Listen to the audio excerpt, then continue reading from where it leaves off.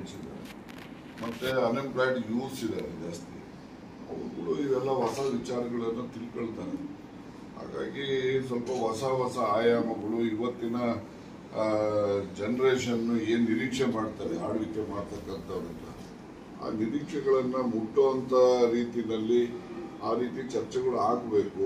ಮತ್ತು ಅವ್ರಿಗೂ ಕೂಡ ಇಲ್ಲಪ್ಪ ನಮ್ಮ ನಿರೀಕ್ಷೆಗೆ ಸ್ಪಂದಿಸುವಂಥ ಒಂದು ಚರ್ಚೆಗಳು ಇವೆಲ್ಲ ಆಗ್ತಾ ಇದ್ದಾವೆ ಅಂತ ಅವರಲ್ಲೂ ಕೂಡ ಒಂದು ಆಸೆ ಹುಟ್ಟಬೇಕಲ್ಲ ಅವ್ರಿಗೂ. ನಮ್ದು ಹಿಂಗೆ ಆಗಬೇಕು ಅಂತ ಅನ್ಕೊಂಡಿದ್ದು ನಮ್ಮನ್ನು ಯಾರಪ್ಪ ಕೇಳ್ತಾರೆ, ನಮ್ದು ಯಾರು ನಡೆಯಲ್ಲಪ್ಪ, ಆ ರೀತಿಯ ನಿರಾಶಾ ಭಾವನೆ ಬರಬಾರ್ದು. ಯೂತ್ಸ್ ಇದಾರಲ್ಲ, youths constitute around 40% of the population. ಈಗ ಅವ್ರದ್ದೇ ಏನು ಹ್ಯೂಮನ್ ರಿಸೋರ್ಸಸ್ ನಮ್ಮ ದೇಶಕ್ಕೆ ದೊಡ್ಡ ಆಸ್ತಿ.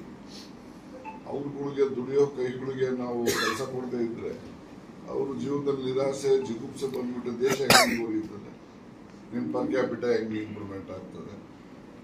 ನಾವು $5 ಟ್ರಿಲಿಯನ್ ಮಾಡ್ತೀವಿ ಇನ್ನು 10 ವರ್ಷಕ್ಕೆ. ಯಾರು ದುಡಿಯೋರು ಇವರೇ ತಾನೆ, ಅವ್ರು ದುಡಿಗೆ ಅವಕಾಶ ಕೊಟ್ಟರು ತಾನೆ ದೇಶದ ಆಸ್ತಿ ಸೃಷ್ಟಿ ಆಗ್ಬೇಕಾದ್ರೆ. ಇದೆಲ್ಲ ಇದ್ದಾವೆ, ಇವೆಲ್ಲ ದೊಡ್ಡ ವಿಚಾರದ ಚರ್ಚೆ ಮಾಡೋದಿರ್ತದೆ. ಬಟ್ ನಾನು ಸೀಮಿತವಾಗಿ ಈ ಒಂದು ಅಸೆಂಬ್ಲಿ ಮತ್ತೆ ಲೋಕಸಭೆಗೆ ಈ ಒಂದು 3 ಹಂತದಲ್ಲಿ ಕೊಟ್ಟಂತ ರಿಸರ್ವೇಷನ್ಸ್ ಅಲ್ಲಿನೂ ಬರಬೇಕು ಅಂತಕ್ಕಂಥದ್ದು ಪ್ರಮುಖ ಉದ್ದೇಶ. ಬಿಹಾರ ಚುನಾವಣೆ ಒಂದು ರೀತಿಯಲ್ಲಿ ಕರ್ನಾಟಕ ರಾಜಕೀಯದ ಮೇಲೆ ಯಾವ ರೀತಿ ಈಗ ನೀವು ಕೊಟ್ಟಿರೋ ಒಂದು ಹೇಳಿಕೆ ಒಂದು ರೀತಿಯಲ್ಲಿ ತಿರುವನ್ನ ಪಡ್ಕೊಳ್ತಾ ಅಲ್ಲಿ ಅಂತ ಎಲ್ಲಿ ಈಗ ರಾಜಕೀಯದಲ್ಲಿ ಕರ್ನಾಟಕ ರಾಜಕೀಯದ್ದು ನೀವು ಬಿಹಾರ ಚುನಾವಣೆ ರಿಸಲ್ಟ್ ಬರೋವರೆಗೂ ಏನು ಆಗಲ್ಲ. ಆಫ್ಟರ್ ದಟ್ ಸಿದ್ದರಾಮಯ್ಯನವರಿಗೆ ರೀಶಫಲ್ ಮಾಡೋಕ್ಕೆ ಹೈಕಮಾಂಡ್ ಒಪ್ಪಿಗೆ ಕೊಟ್ಟರೆ ಅವರೇ 5 ವರ್ಷ ಇರ್ತಾರೆ. ರೀಶಫಲ್ ಮಾಡೋಕ್ಕೆ ಒಪ್ಪಿಗೆ ಕೊಡದೇ ಇದ್ರೆ ಮುಂದೆ ಏನಾಗ್ತದೆ ಅಂತ ಯಾರು ಹೇಳಲಿಕ್ಕಾಗೋದು. ಯಾಕಂದ್ರೆ ಹೈಕಮಾಂಡ್ನಲ್ಲಿ ಅವ್ರಿಗೆ ರೀಶಫಲ್ಗೆ ಅವಕಾಶ ಕೊಟ್ಟರೆ, ಪರ್ಮಿಷನ್ ಕೊಟ್ಟರೆ ಅವರು 5 ವರ್ಷ ಇರ್ತಾರೆ. ಅವ್ರಿಗೇನೋ ರೀಶಫಲ್ ಮಾಡಲಿಕ್ಕೆ ಅಥವಾ ಎಕ್ಸ್ಪ್ಯಾನ್ಷನ್ನೋ ಇನ್ನೊಂದು ಏನೋ ಅವ್ರ ತಲೆಯಲ್ಲಿ ಏನಿದೆ ಅದನ್ನು ಮಾಡಲಿಕ್ಕೆ ಹೈಕಮಾಂಡ್ನವರು ಅವ್ರಿಗೆ ಒಪ್ಪಿಗೆ ಕೊಡದೇ ಇದ್ದಾಗ ಆಗ ಪೊಲಿಟಿಕಲ್ ಡೆವಲಪ್ಮೆಂಟ್ಸ್ ಇನ್ಎವಿಟಬಲ್ ಅಂತ ಆಗ್ತದೆ ಅಂತ ನನ್ನ ಒಂದು ಅಸೆಸ್ಮೆಂಟ್ ಅಷ್ಟೇ, ಯಾರು ಹೇಳೋದಲ್ಲ.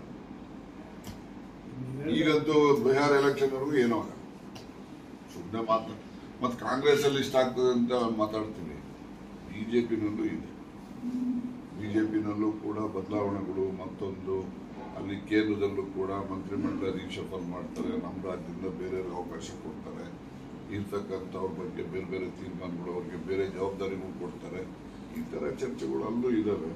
ಅದಕ್ಕೋಸ್ಕರ ಬಿಹಾರ ಚುನಾವಣೆ ಕಳೆದ ಮೇಲೆ ಪೊಲಿಟಿಕಲ್ ಕೆಲವು ಸ್ಥಿತ್ಯಂತರಗಳು ಇಲ್ಲೂ ಅಲ್ಲೂ ಎಲ್ಲ ಕಡೆನೂ ಆಗ್ತಕ್ಕಂಥ ಸಂಭವ ಇದೆ ಅಂತ. ಈಗ ಗ್ರಾಮ ಪಂಚಾಯತಿ ಟಿಪಿ ಜೆಡ್ಪಿಗೆಲ್ಲ ಅಧಿಕಾರ ಮೀಸಲಾತಿ ಕೊಟ್ಟಂಗೆ ಇದು ಹಂಗೆ ನೀವು ಹೇಳಿದಂಗೆ ಎಲ್ಲದಕ್ಕೂ ಬಂದು ಮುಂದಿನ ದಿನಗಳಲ್ಲಿ ಮುಖ್ಯಮಂತ್ರಿ ಸ್ಥಾನಕ್ಕೆ ಪ್ರಧಾನಮಂತ್ರಿ ಸ್ಥಾನಕ್ಕೆ ಏನಾದರೂ ಮೀಸಲಾತಿ ಅದು ಮೊದಲು ನೀನು ಹೇಳೋದು ಇದು ಒಂದು ಚಿಂತನೆ ಆಗಲಿ, ಗೊತ್ತಾಯ್ತಾ?